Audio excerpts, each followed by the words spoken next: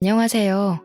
제 소개를 간단하게 하자면 지금은 40살을 훌쩍 넘긴 남자라면 치가 떨리는 여자입니다. 30대 후반, 젊다면 젊은 나이, 먹을 만큼 먹었다면 먹은 나이에 이혼을 하게 된 한의사이기도 하고요. 제가 살아온 인생을 아주 짧게나마 털어놓고 싶어서 이 채널을 찾게 되었습니다. 여기엔 저처럼 파란만장한 결혼 생활 혹은 결혼 준비를 하셨던 분들이 많더라고요. 공감이 되기도 하고 제 이야기도 만만치 않은 터라 이렇게 찾아와 익명의 힘을 빌려 썰을 풀어봅니다. 다시 생각해도 황당하고 어이없고 화딱지가 치미는 이야기지만 속 시원하게 한번 털어보겠습니다. 제 이야기는 실패한 첫 결혼부터 시작해보겠습니다. 전 남편은 정형외과 의사였고 주변 지인의 소개팅으로 만나게 되었습니다. 이러나 저러나 의사들끼리의 만남이라고 주변에서도 부러워했고 양가에서도 저희를 축복해 주셨어요. 결혼할 때까지만 해도 서로의 직업을 존중하고 서로를 배려하며 잘 화합하고 지냈다고 생각했습니다. 그런데 결혼한 지 얼마 되지 않고서부터 전 남편은 저의 직업을 무시하기 시작했습니다. 한의학은 다 개뻥이라면서 침으로 어떻게 아픈 데가 나을 수 있냐? 정형외과적 시술이 필요하다는 등 저를 무시하기 일쑤였어요. 한의사가 바빠봐야 탕약은 다려주는 사람이 따로 있고 침술이나 몇 번 놔주면 끝인데 왜 밥을 차릴 시간이 없냐면서 저에게 짜증을 냈습니다. 아니, 저도 의학을 공부한 의사입니다. 그런데 양약을 다루지 않는다고 해서 저를 그렇게 무시할 필요가 있었을까요? 나중에는 저에게 한의원을 그만두고 집에서 본인 일을 내조하라고 하더군요. 개인 병원을 개원하고 싶은데 마땅한 자리가 없다며 장사가 잘 되고 있는 제 한의원 자리를 빼달라는 것이었습니다. 저도 나름 남편만큼이나 돈을 벌고 있었고 제 일에 자부심이 있었기 때문에 전 남편에게 절대로 그 요구를 들어줄 수 없다고 못 박았습니다. 게다가 그 자리가 부모님 아시는 분의 건물 자리였기 때문에 제가 한의원을 빼고 남편의 병원이 들어오면 부모님께서 면이 살지 않을 수도 있었고요. 제가 계속 버팅기니까 시댁에서도 저를 괴롭히기 시작한 거였죠.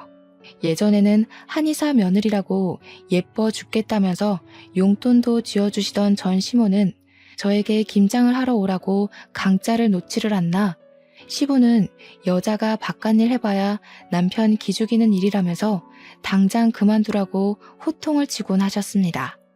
저는 제가 그 수모를 견뎌가며 전 남편과의 결혼 생활을 유지해야 할 필요를 느끼지 못했어요. 저만 해도 혼자 월 500만 원의 수입을 가지고 오는데 혼자 살면 넉넉하게 쓰고도 남을 돈 아니겠습니까? 단지 남편과의 2세 계획 때문에 돈을 모으고 무리해서 큰 평수로 이사를 갈 생각을 하고 있었기에 허리띠를 졸라맸을 뿐이었어요. 시댁 식구들은 저에게 한의학이라고 해봐야 풀 몇 개 다려놓고 돈 받아가는 거 아니냐면서 진정한 의사는 양약 의사라고 했습니다. 그러면서도 매 계절마다 한약을 공짜로 받아가고 저에게 공진단을 내놓으라고 협박을 하셨죠. 제가 돈 좀 벌고 바쁘다는 핑계로 사실은 남편과의 결혼 생활이 한멸나서이긴 했지만 아이를 가질 생각을 하지 않으니까 더욱더 압박이 들어왔습니다. 제가 남몰래 피임약을 복용하고 있었거든요. 결혼하고 나서부터 쭉 제 일도 그렇고 남편과 얼마나 더 살 수 있을지 기약이 없었기 때문에 나름 저를 보호하고자 하는 마음에서 시작한 피임이었어요. 그런데 그걸 시모가 알게 되었고 그때부터 저는 시댁에서 대역죄인 취급을 받아야만 했습니다. 시부는 저에게 가정에 충실하지 않고 바깥일 한답시고 싸돌아다니니까 애가 생기지 않는 거라며 저를 무시하셨어요. 전 남편과의 오해의 골은 점점 깊어지고 소리를 지르며 싸우는 날이 많아졌습니다. 제가 정말 전 남편 이야기를 하자면 밑도 끝도 없이 이야기를 할 수도 있어요. 저는 결국 결혼 6년 만에 두 손 두 발을 다 놓게 되었습니다. 제가 이혼하자고 울고불고 매달렸고 전 남편은 냉큼 도장을 찍어주었습니다. 그리고 6개월 만에 자기가 다니던 병원 간호사랑 재혼을 하더라고요. 언제부터 만났는지는 제가 알아본 적 없어서 모르겠지만 아마도 저랑 이혼하기 전부터 만남이 있지 않았을까 싶습니다. 바람이라고 하면 바람이죠. 이미 전까지 다 털려버린 와중에 상간녀 소송을 걸기 위한 자료를 모을 힘이 없어 저는 그들의 결혼을 그냥 지켜봐야 했습니다. 솔직히 배신감도 전혀 들지 않았어요. 단지 나이도 어리고 세상 물정 모를 것 같은 그 재혼한 간호사가 불쌍할 지경이었습니다. 제 나이 38살에 그 일을 겪고 난 이후 저는 남자라면 완전히 치를 떨기 시작했습니다. 그래도 짧다면 짧고 길다면 길 수 있는 6년의 결혼 생활이었는데 이혼 도장을 찍고 모든 걸 정리하고 나니 남는 건 돈뿐이더군요. 돈이라도 얻어서 다행이라고 생각하고 있었는데 제가 이혼하고 나서도 부모님의 지인이신 건물주 때문에 한의원은 계속 유지하고 있었거든요. 그 자리를 호시탐탐 탐내던 전 남편은 저를 그 자리에서 쫓아내고 싶었는지 틈만 나면 전 시댁 식구들이 한의원으로 들이닥쳤습니다. 그러면서 침 한 번 맞으러 왔다, 처리돼서 한약 지으러 왔다, 공진단 좀 줘라 하시며 공짜로 모든 볼일을 보고 가셨습니다. 저야 원장실에 있으니까 접수처에서 어떤 일이 벌어지는지 모르고 있었죠. 내가 이 집 시부모였던 사람이야 하면서 직원들을 협박해가며 공짜로 모든 볼일을 보고 있었다는 사실을 뒤늦게 알았습니다. 말도 안 되는 이야기를 해대면서 불이익을 주겠다고 직원들을 협박하는 바람에 저한테 속 시원히 털어놓지도 못했더라고요. 시댁 식구들뿐만 아니라 시부모의 지인까지 저희 한의원을 찾아와 공짜 진료를 보고 나서야 알게 되었습니다. 저는 이대로는 안 되겠다 싶은 마음에 직원들에게 진심으로 사과를 하고 한의원을 정리했습니다. 다른 동네로 이사를 가든지 해야 제 마음이 편할 것 같았거든요. 저한테 뭐 맡겨둔 사람처럼 한약을 내놓으라고 하는데 저는 전 시모가 약초라도 캐온 줄 알았다니까요. 제가 이사를 결심하고 건물주분께 이 자리에 정형외과 계약만큼은 하지 말아달라고 했어요. 제 사정을 다 알고 계신 덕분에 알겠다는 답변을 받았지만 또 건물주 입장에서는 하루빨리 공실이 비어야 하는 것도 있어서 제가 그러지 마시고 만약 전 남편이 계약을 하러 오면 월세를 2배 받으시라고 일러두었습니다. 당연히 전 남편이 그 자리를 차지하기 위해 들이닥쳤고 건물주분은 저와의 약속대로 월세 2배의 계약을 했고 한의원의 특성이 좋아서 찾아오시던 분들도 그 자리에 정형외과가 들어오니 자연스레 다른 한의원을 찾아가셨더라고요. 파리만 날리다가 잔뜩 월세만 밀리고 쫓겨났다고 들었습니다. 이래서 의사도 의사 나름이지 무작정 개원한다고 다 잘 되는 것도 아닌가 봐요. 속으로 얼마나 고소했는지 모르겠어요. 저는 그 이후로 신도시로 이사를 했습니다. 어차피 혼자 사는 인생인데 큰 집도 필요 없겠다 싶어서 오피스텔 하나 잡고 나름 신식 건물에 보증금 빵빵하게 채워서 한의원을 차렸습니다.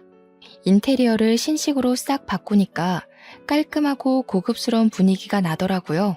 요즘은 시선을 사로잡는 그런 분위기가 중요하다고 인테리어 업자가 비싼 돈 주더라도 한 번에 잘해보자고 하더니 정말 그 말이 딱 맞는 게 아니겠어요? 솔직하게 말하자면 애들을 상대로 하는 진료가 정말 돈이 잘 되긴 하거든요. 죽어서도 남는 건 돈이라는 마음으로 한의원을 운영하기 시작했습니다. 처음에는 아무래도 생긴 지 얼마 안 된 한의원이다 보니 손님이 별로 없었는데 제가 침을 잘 놓는다는 소문이 맘카페에 돌았대요. 애 어른 할 거 없이 점점 줄을 서서 저에게 진료를 받기 시작하셨죠. 한약도 보통은 6개월에 한 번씩은 권장을 드리거든요. 소아 같은 경우에는 면역력 증진, 밥 잘 먹는 한약, 키 크는 한약을 내세워서 팔았더니 정말 하루 종일 탕약기가 쉬는 날이 없을 정도로 바빠졌어요. 어르신들도 제가 침 맞으시면 쑥뜸이나 부항도 공짜로 해드리고 했더니 좋다고 매일같이 오셔서 진료받고 가셨고요. 그러다 보니 환자가 어마어마하게 늘어났고 매일같이 도장을 찍는 단골분들도 생겼습니다. 제가 또 성격이 할 말 다 하는 성격이긴 하지만 일할 때는 친절한 척 착한 척하며 진료를 봐서 그런가 평이 점점 좋아지더라고요. 여자는 결혼하면 손해라는 말이 있지 않습니까? 그 말이 딱 어울리게 혼자 사니까 너무 여유롭고 좋더라고요. 항상 저녁 시간이 저에게는 전쟁이나 다름없었거든요. 이유는 역시 남편에게 차려줘야 하는 저녁 식사 때문이었죠. 일을 마치고 부랴부랴 준비해야 했기 때문에 제가 좋아하는 반찬이 아니라 반찬 가게에서 사온 반찬들로 준비해야 했어요. 빠르고 간편하게 후다닥 준비할 수 있는 반찬과 국 위주로 준비하다 보니 어느 날부터 제가 무슨 음식을 좋아했었는지를 모르겠더라고요. 그런데 혼자 살기 시작하면서 외식도 하고 혼자 먹고 싶은 요리를 해서 먹기 시작하니까 정말 천국이나 다름없는 기분이 들었습니다. 집도 오피스텔이긴 하지만 투룸에 드레스룸까지 딸려 있어서 혼자 살기 넓고 충분했어요. 우리 부모님만 전 남편이 재혼했다는 소식을 뒤늦게 접하시고는 저에게 제가 뭐가 못난 게 있어서 혼자 궁상을 떠냐고 하셨습니다. 은근히 전 남편이 재혼하고 저는 혼자 산다는 게 지는 느낌이 드셨나 봐요. 선자리를 막 들이미시더라고요.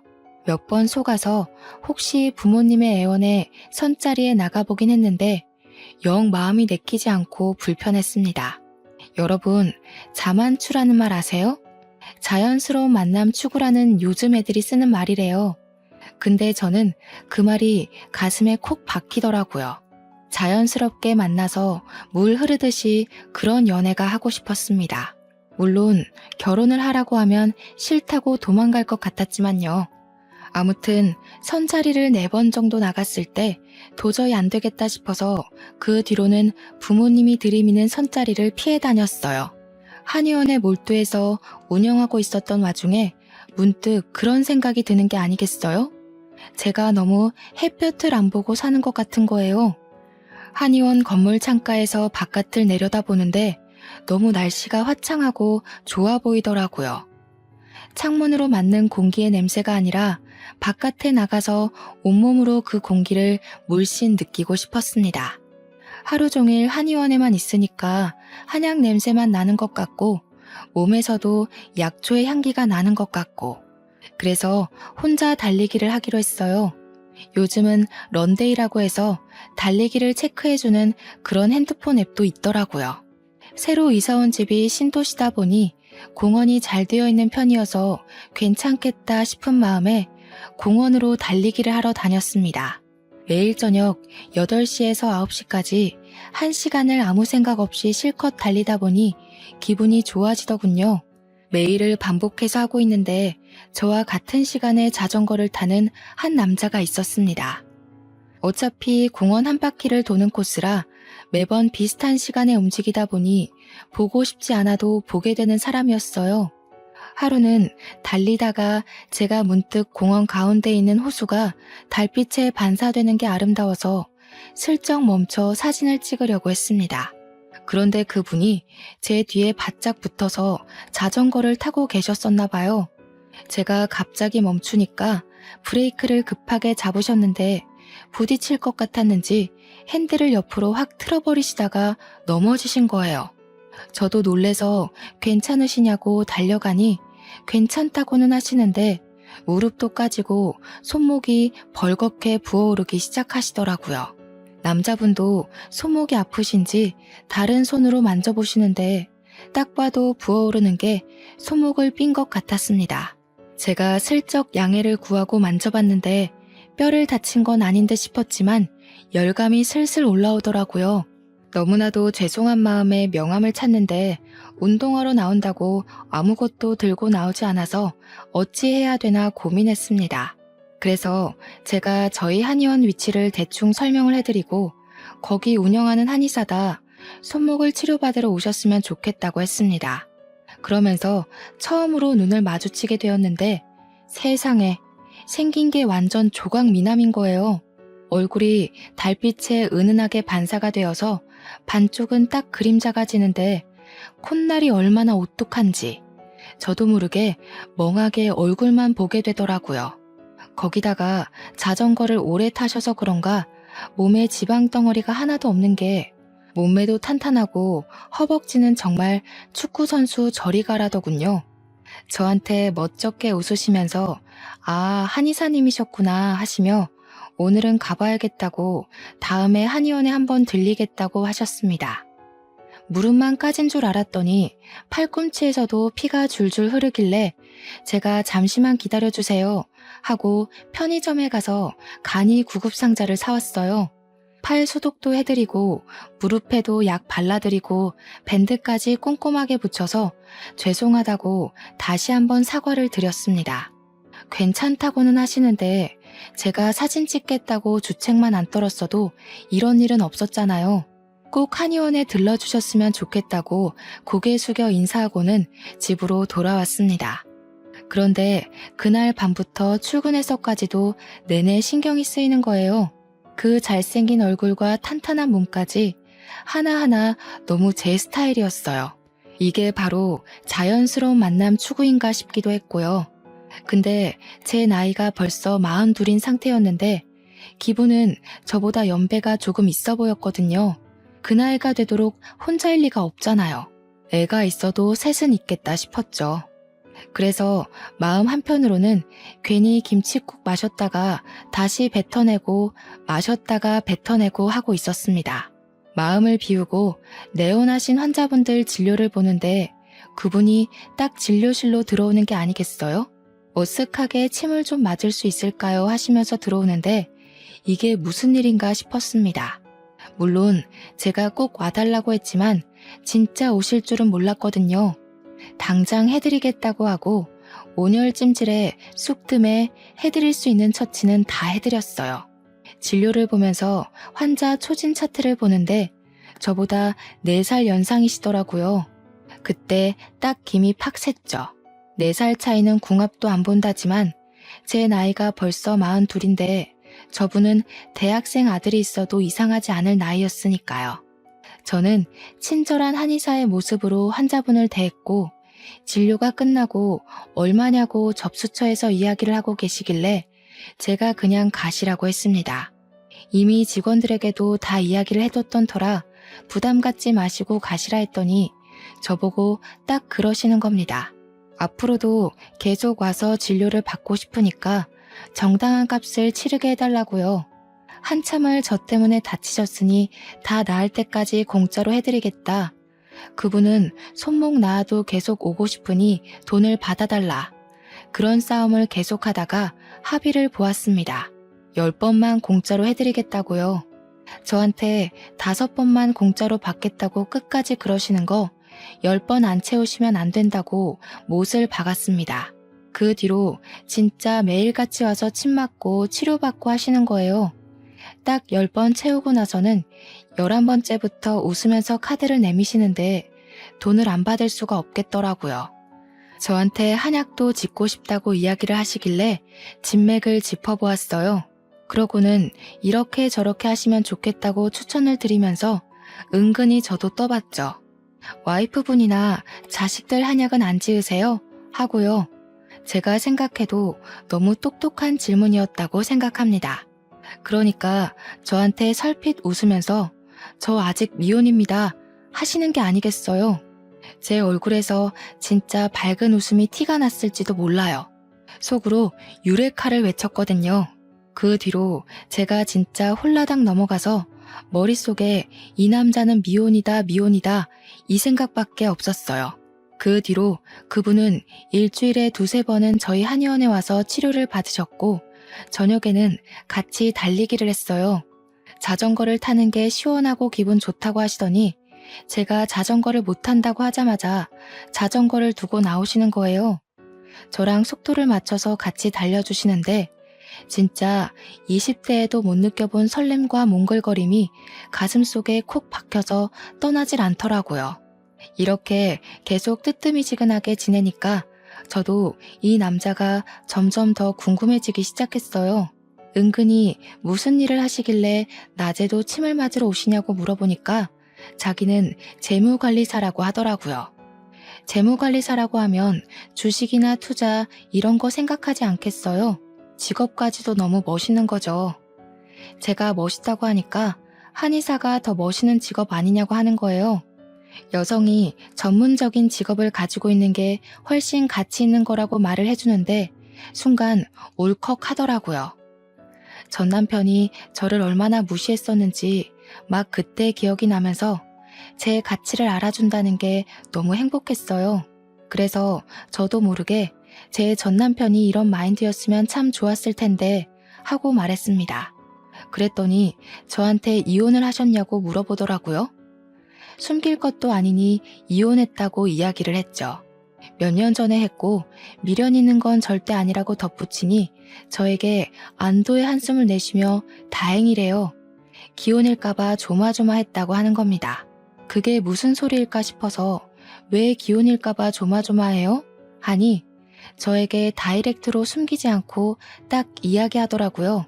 제가 한의사님한테 관심이 있습니다. 이렇게요. 고백도 어쩜 남자답게 그렇게 멋있게 하는지 저 정말 한눈에 뿅 가버렸잖아요. 그 뒤로 우리는 매일같이 달리고 숨을 고르는 시간 동안 참 많은 이야기를 나누었습니다.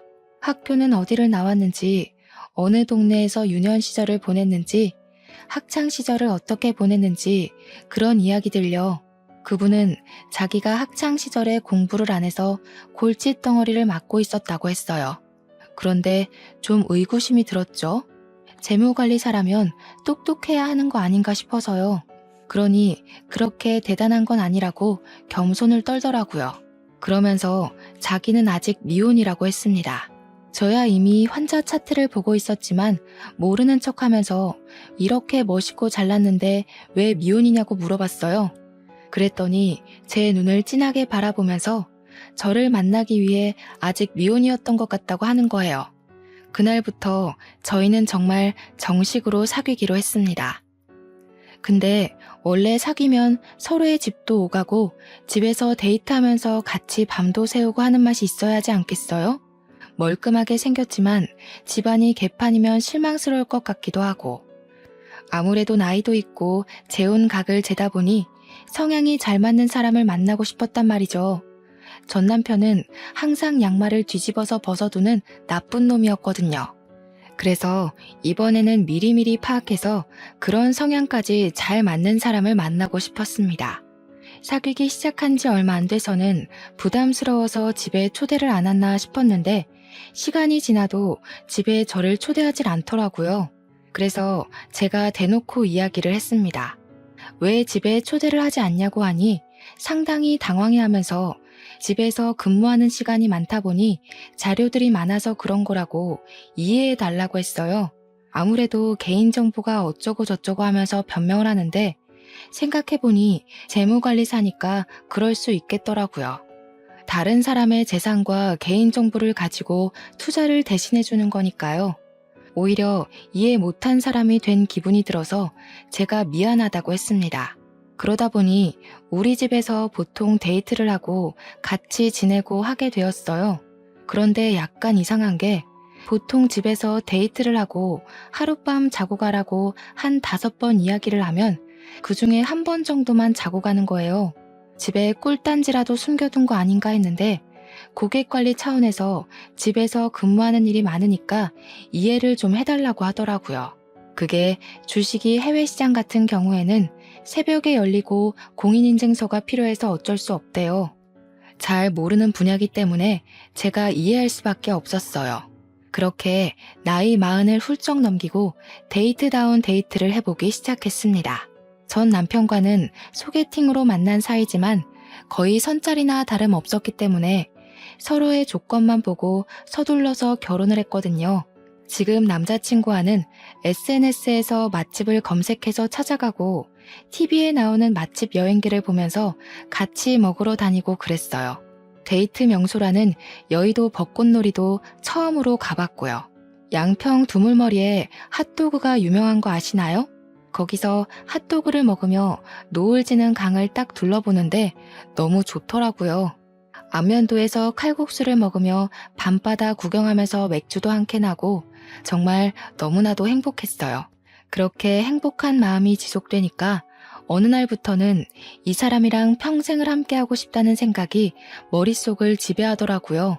이 사람의 손을 꼭 잡고 있는 날이면 그 시간이 멈췄으면 좋겠다 싶을 정도로 사랑의 온기가 느껴졌습니다. 시간이 흐를수록 저의 마음은 깊어지는데 이상하게도 저에게 프로포즈를 할 생각이 없는 것 같더라고요. 그래서 제가 먼저 용기를 내서 프로포즈를 했습니다. 남자만 프로포즈 하라는 법은 없잖아요. 제가 프로포즈를 하니까 조금 당황해하는 듯 하더니 한숨을 깊게 내쉬고는 저에게 시간을 줄 수 있냐고 했습니다.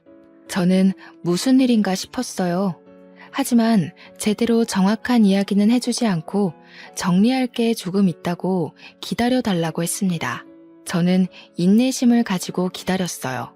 하지만 한 달이 흘러도 저에게 이렇다 저렇다 말이 없는 거예요. 그래서 제가 다시 한번 물어봤죠. 무슨 일이길래 기다려달라는 말 이후에 아무런 말이 없냐고요. 혹시라도 제가 싫어진 건 아닌지 그런 의중을 정확하게 알고 싶었습니다. 그랬더니 그제야 솔직하게 이야기를 하더군요. 사실은 예비 신랑네 부모님께서 좀 힘들게 살고 계신다고 했습니다. 저는 약간 의문이었죠. 제가 한의사로 돈 많이 벌고 있는데 그게 무슨 상관일까 싶었습니다. 그래서 매달 얼마씩 드려야 하냐고 물어보니 매달 80만 원씩 드리고 있대요. 그거야 뭐 둘이 벌어서 충분히 드릴 수 있는 금액 아닌가 싶었고 또 예비신랑 직업이 재무관리사인데 월 80만 원이 부담되어서 저와의 결혼을 미뤘다는 게 이해하기 어렵긴 했어요.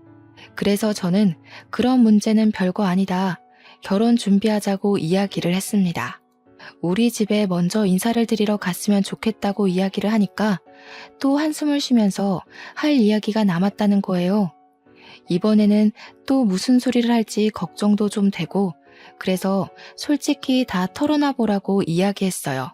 숨기려고 숨긴 건 아니었다고 하면서 머뭇대는데 자기가 사실은 허울 좋은 재무관리사지 사실은 보험팔이나 다름없다는 겁니다. 저 완전 머리가 띵해지는 거예요. 물론 보험 설계사를 비하하는 건 아니지만 재무관리사랑 보험 설계사는 완전히 다른 직종이잖아요. 그래서 제가 그거는 작정하고 속인 게 아니냐고 했더니 요즘은 보험팔이도 뭐 재테크의 일종이라고 하면서 재무관리사라고 이야기를 한다는 겁니다. 말도 안 되는 궤변이라는 생각이 들면서도 이 사람이 나에게 잘 보이고 싶어서 이런 거짓말을 했구나 하는 생각이 들었어요. 한마디로 콩깍지가 제대로 쓰여서 눈 가리고 아웅한 셈이죠. 보험을 파느라 돈을 많이 못 벌어서 매달 부모님께 드리는 80만 원이 부담이 될 수도 있었구나 싶었습니다. 근데 제가 사는 집만 해도 둘이 살기 어렵지 않기도 하고 그래서 예비 신랑의 집을 정리하고 시댁 살림에 보태라고 하면 되지 않을까 싶었어요. 예비 신랑에게도 제 생각을 이야기하니 쉽지 않은 일이라며 조금 더 고민을 해보겠다고 했습니다. 그래서 저희 집은 일단 넘어가고 시댁부터 인사를 드리러 가기로 했단 말이에요. 여기가 부모님 사는 집이라고 저를 데리고 들어갔는데 진짜 이곳에서 사람이 살 수 있나 싶었습니다.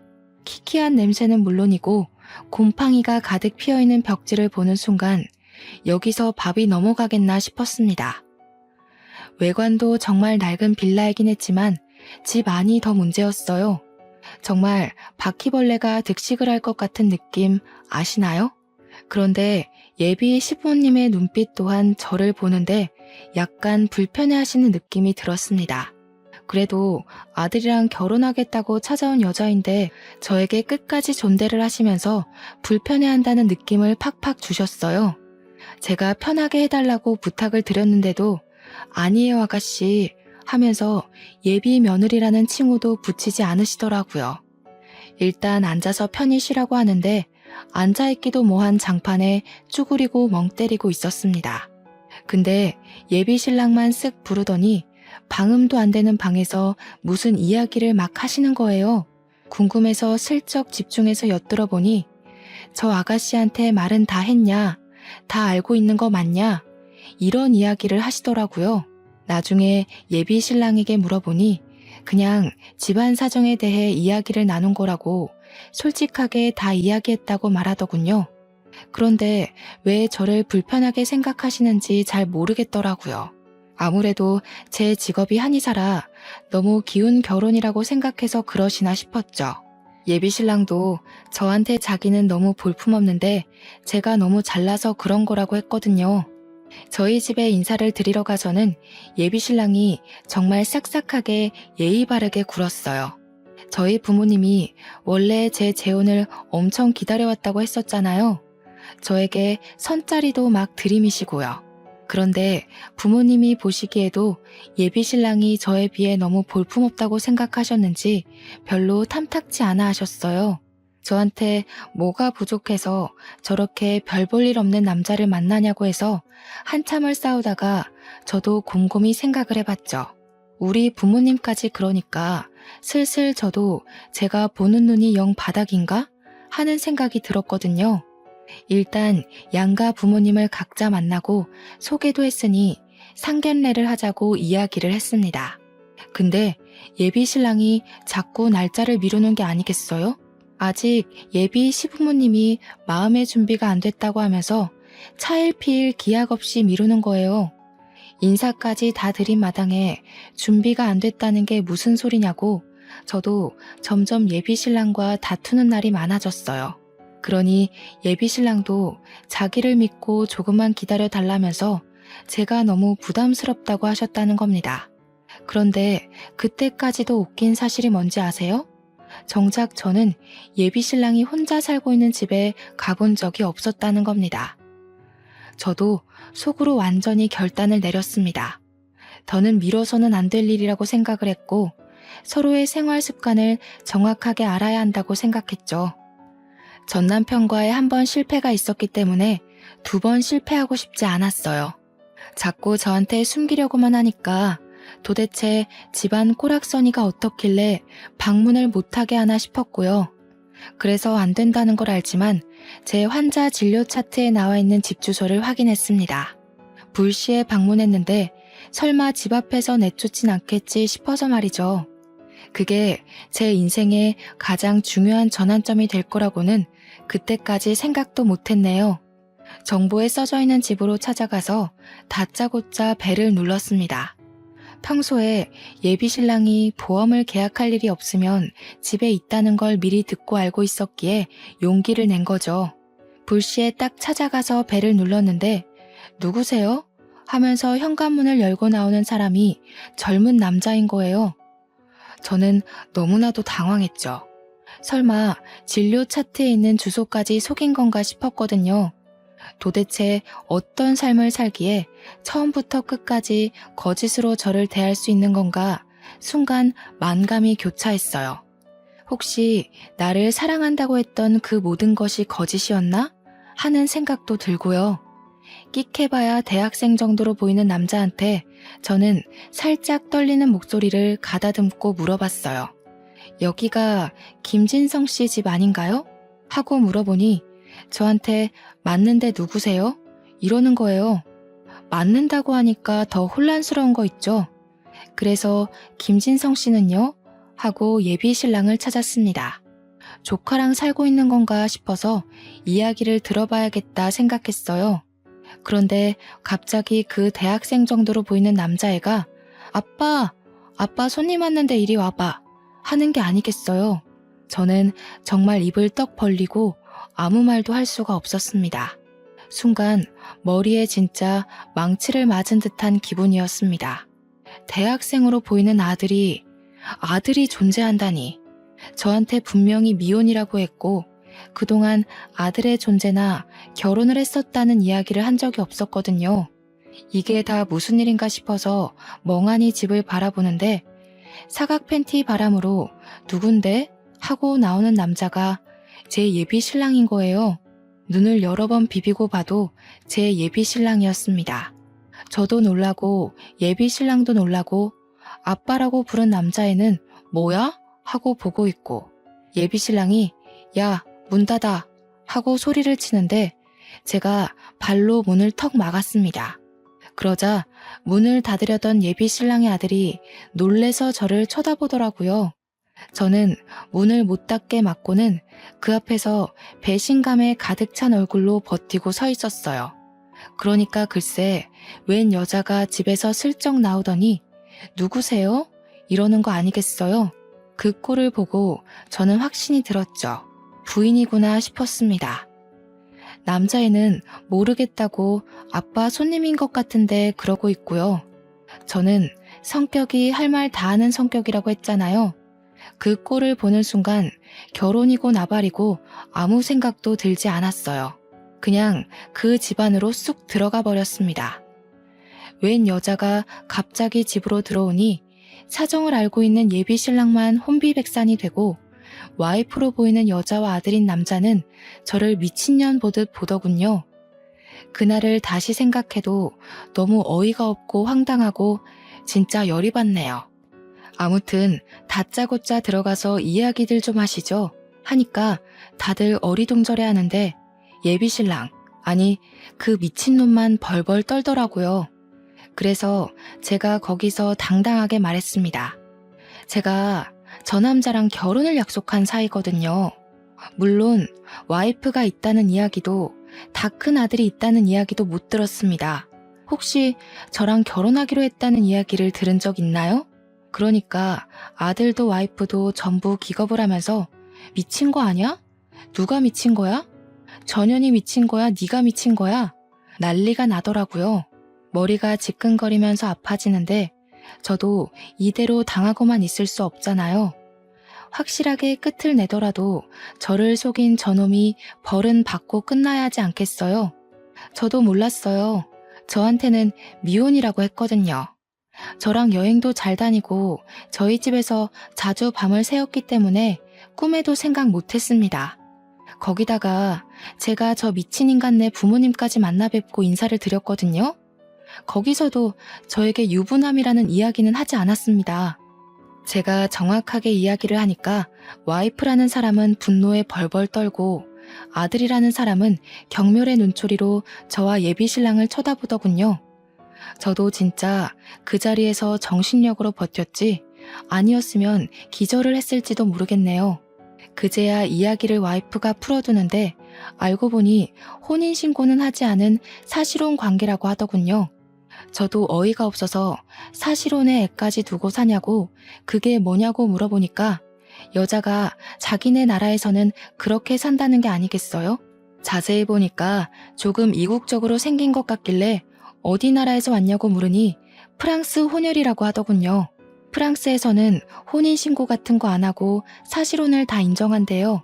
알고 보니 예비 신랑이 프랑스에 배낭여행을 갔을 때 첫눈에 반한 여자를 보쌈하듯 데리고 온 거라고 했어요. 두 번째 만남에 뱃속에 이미 새 생명을 잉태해버려서 한국으로 데리고 온 거라고 하더군요. 아무래도 친정이 프랑스라서 아들이랑 같이 왔다 갔다 하는 사이에 바람을 피운 것 같다고 했습니다. 시부모도 자기가 프랑스 혼혈이라서 싫어했다면서 자기가 다다음 주에 프랑스로 잠시 또 떠나 있는데 그동안 일을 진행하려고 한 것 같대요. 저한테 측은한 얼굴을 하며 똥 밟으셨네요 하는데 이 여자도 평범한 여자는 아니구나 싶었습니다. 아들은 예비 신랑 보면서 미친 거 아니냐고 화를 씩씩 내지 와이프는 저보고 똥 밟은 거라고 하지. 가운데서 머리가 터지는 줄 알았습니다. 그래서 제가 화를 참지 못하고 큰 소리를 내면서 말했죠. 야, 너도 뚫린 입이 있으면 말을 해봐. 이게 다 어떤 상황인지. 도대체 나랑 뭘 어쩌려고 그런 건지 말을 해보라고. 그러니까 그제야 세 명의 눈초리를 견디지 못하고 우물쭈물 입을 열더군요. 매달 80만 원의 양육비를 주면 다 해결될 거라고 생각했다면서 자기도 이렇게 아등바등 돈 버는 거에 눈돌아 사는 게 힘들었대요. 이 현실이 너무 싫고 지겨워서 조강지쳐버리고 저랑 결혼을 해버릴 생각으로 일을 꾸몄다고 했습니다. 도대체 저는 무슨 죄가 있어서 이런 남자를 만나게 된 걸까요? 제 생각은 하나도 하지 않고 본인 사는 게 척박해서 한의사인 저를 만나 팔자를 피고 싶었다는 게 그게 사람이 할 말인가요? 그러면서 예비 신랑이 지 와이프한테 오히려 소리를 막 지르더군요. 야, 내가 보험 팔면서 하루 벌어 하루 먹고 사는 처지에 네 비행기 값 대느라 얼마나 힘든 줄 알아? 나도 그 돈 모아서 여행 가고 싶고 비싼 옷 사입고 싶거든? 그것도 못 벌면서 나한테 같이 살자고 한국에 데려온 네가 더 양심 없는 거 아니야? 거기다가 바람을 피우고도 이렇게 당당해 네가? 갑자기 둘이 싸우기 시작하는데 저는 도대체 여기서 뭘 하고 있는 건가 싶었습니다.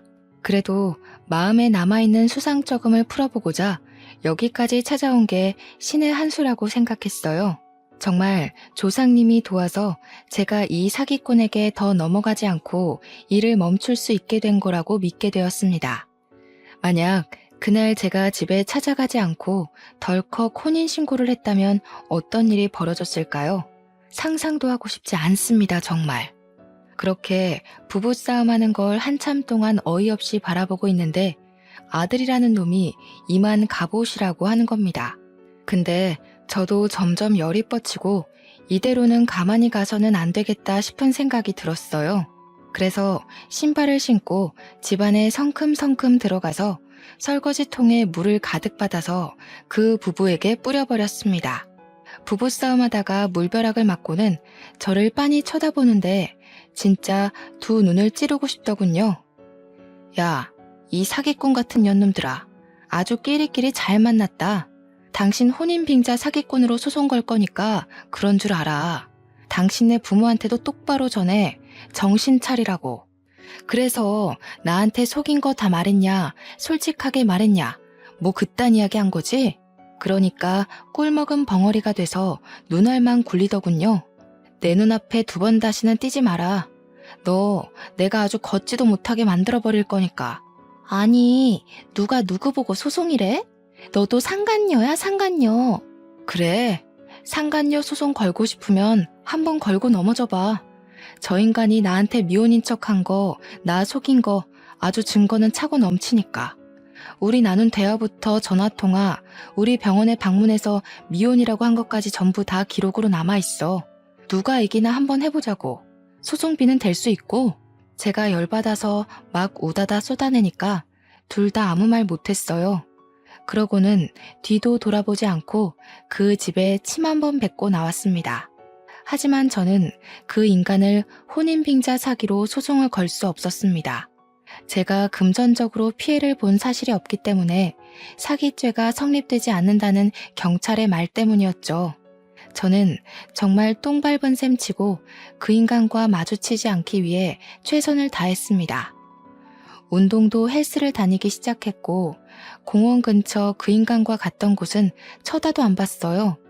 근데 그 뒤로 한 달 반쯤 뒤에 그 인간이 저희 한의원으로 찾아온 거 아니겠어요? 마누라랑 싸우고 완전히 갈라졌다고 프랑스로 가버렸다면서 다시 한번 잘해보자고 하더군요. 제가 미친년도 아니고 그 말에 넘어가겠습니까? 절대로 싫죠. 그래서 꺼지라고 악다구니를 쓰니까 저한테 계속 잘못했대요. 말로는 안 통할 것 같아서 탕약기에서 우리고 있던 한약재 찌꺼기를 그 인간에게 부어버렸습니다.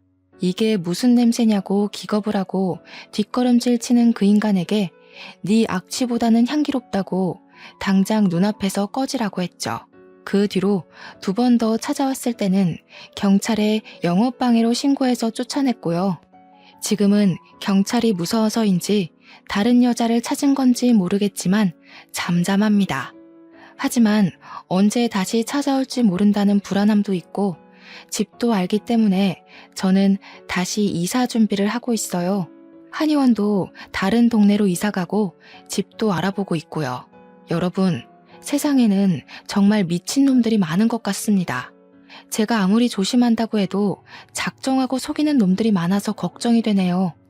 여러분들은 현명하게 저 같은 일 겪지 마시고 사람 만날 때 꼼꼼하게 살펴보시기 바랄게요. 저는 이쯤에서 글을 마무리하도록 하겠습니다. 감사합니다.